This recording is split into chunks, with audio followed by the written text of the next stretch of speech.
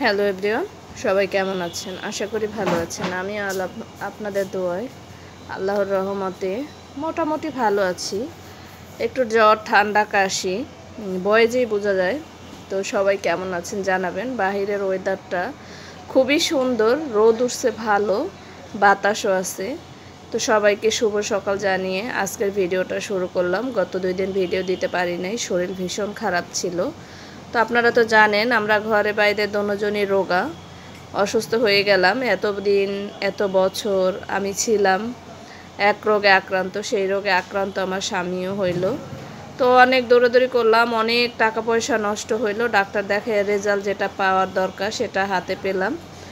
এখন হচ্ছে ডাক্তার বলছে ওর হাড়ের জেলি বের হয়ে গেছে, একটা হাড়ের জেলি বের হয়ে গেছে। আমার যে সমস্যাটা সেই সমস্যাটাই ওর হয়েছে, সেই জেলিটা বের হয়ে গেছে। সেটা কোনো ওষুধে কাজ হইতেছে না, এটা কোনো ওষুধে ব্যথাও কমবে না। সাময়িকের জন্য যদি একটু ব্যথা কমে, তারপরে যেই সেই ব্যথায় রাতে ঘুমাইতে পারে না। দিনে বসে বসে তো গাড়ি চালাইতে হয়, জানেন সবাই, যা কষ্টের জীবন আমাদের। দোয়া করবেন সবাই যাতে অন্তত ব্যথাটা না থাকে।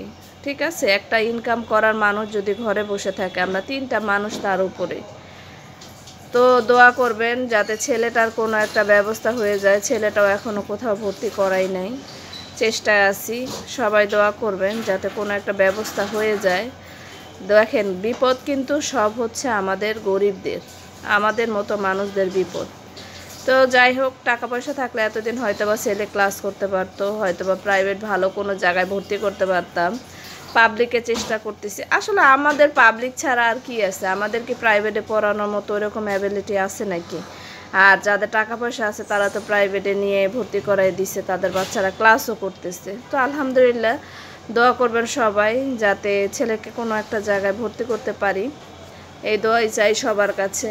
তো ছোট ছেলেরও পরীক্ষা শুরু হয়েছে, অর্ধবার্ষিকী পরীক্ষা ও দিতেছে। বাচ্চাদের পিছনে যে কি পরিমাণ খরচ যারা পড়াশোনা করায় একমাত্র তারাই জানে। তো আর কিছু বলার নাই। মানুষ, আত্মীয় স্বজন, আশেপাশে আত্মীয় স্বজন, নিজেদের কিছু আত্মীয় স্বজন আছে দূর থেকে অনেক কিছু মনে করে। তো আমার কিছু যায় আসে না সেইটাতে। তো আমার সন্তান আমার কাছে সবচেয়ে সেরা সন্তান, আমার সন্তান সবচেয়ে ভালো সন্তান। যার কাছে তার সন্তান ভালো, ঠিক আছে, আরেকজনের চোখে খারাপ হইলো, আমার সন্তান আমার কাছে চোখের মণি। তো যাই হোক, সবাই যে সব কিছু পারে তা কিন্তু না। তো সোনার আংটি কিন্তু বাঁকাও ভালো, আমি যেটা মনে করি। তো সবাই ভালো থাকবেন। আর কিছু আত্মীয় স্বজন আছে পিছনে বসে আর সামনে কথা বলে না, পিছনে গেলে কথায় ছাড়ে না। তো সেই সব আত্মীয় স্বজনদের বলি যে হিংসা না করে ভালোবাসা শুরু করো, কাজে লাগবে। তো ভালো থাকবেন সবাই। আল্লাহ হাফেজ, আসসালামু আলাইকুম।